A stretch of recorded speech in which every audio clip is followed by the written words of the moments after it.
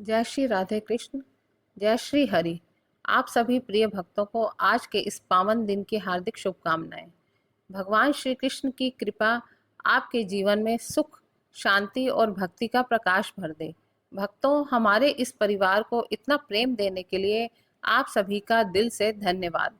आपके प्यारे कमेंट्स और भक्ति भरे संदेश ही हमें रोज ऐसी दिव्य और प्रेरणादायक कथाएं आपके लिए लाने की प्रेरणा देते हैं।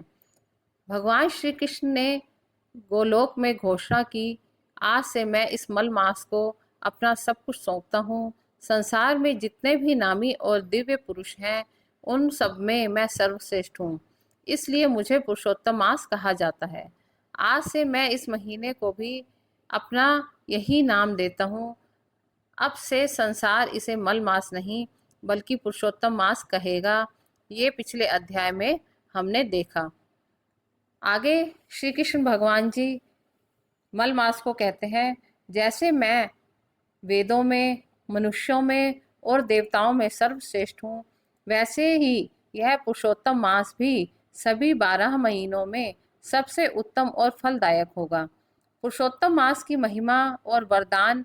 भगवान श्री कृष्ण ने इस महीने को अलौकिक शक्तियां देते हुए कहा, पापों का नाश। इस महीने का स्वामी साक्षात मैं हूँ, इसलिए जो भी मनुष्य इस महीने में मेरी भक्ति करेगा, उसके जन्म जन्मांतर के पाप नष्ट हो जाएंगे।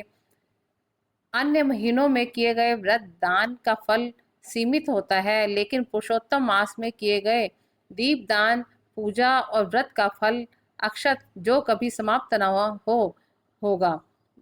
जो लोग इस महीने में श्रद्धा पूर्वक श्रीमद् भागवत गीता का पाठ करेंगे, उनके घर में दरिद्रता हमेशा के लिए दूर हो जाएगी और उन्हें अंत में गोलोक धाम की प्राप्ति होगी।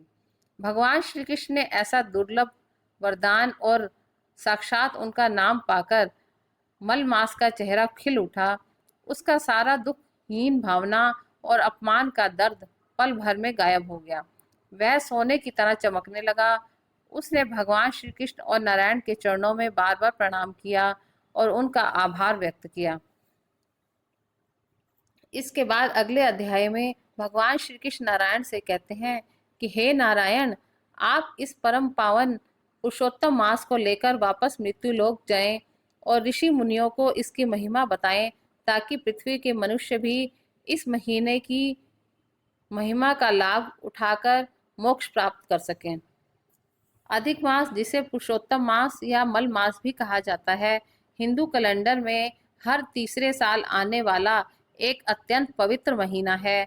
इस महीने के स्वामी स्वयं भगवान विष्णु पुरुषोत्तम हैं, इसलिए इस दौरान किए गए व्रत, दान और पूजा का फल बाकी महीनों से कई गुना अधिक मिलता है। अधिक मास के मुख्य नियम, व्रत और पूजा पूरी विधि से हम जानकारी देते हैं। अधिक मास के मुख्य नियम। इस महीने में कुछ कार्यों को करने की सख्त मनाही होती है, जबकि कुछ कामों को करने से अक्षत पुण्य मिलता है। मांगलिक कार्य इस महीने में विवाह, शादी, मुंडन, गृह प्रवेश, यज्ञोपवीत और नए घर की नींव रखना जैसे सभी शुभ और मांगलिक कार्य पूरी तरह वर्जित होते हैं। नया व्यापार शुरू करना, नया वाहन, मकान खरीदने से बचना चाहिए। तामसिक भोजन, प्याज, लहसुन, मांस, मदिरा और नशीली चीज़ों का त्याग करना चाहिए। मसूर की दाल, मूली और बैंगन खाने से भी बचना चाहिए।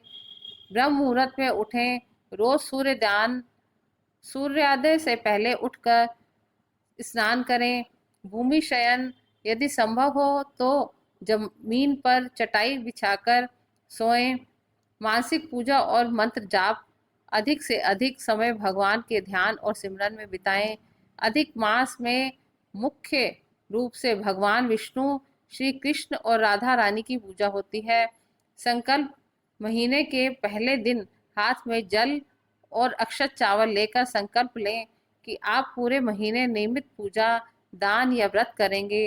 दीप दान, रोज सुबह और शाम को तुलसी जी के पास और मंदिर में घी का दीपक जरूर लगाएं। इस महीने में दीप दान का सबसे बड़ा महत्व है। भगवान विष्णु का बाल गोपाल जी मूर्ति को गंगा जल और कच्चे दूध से अभिषेक कराएं।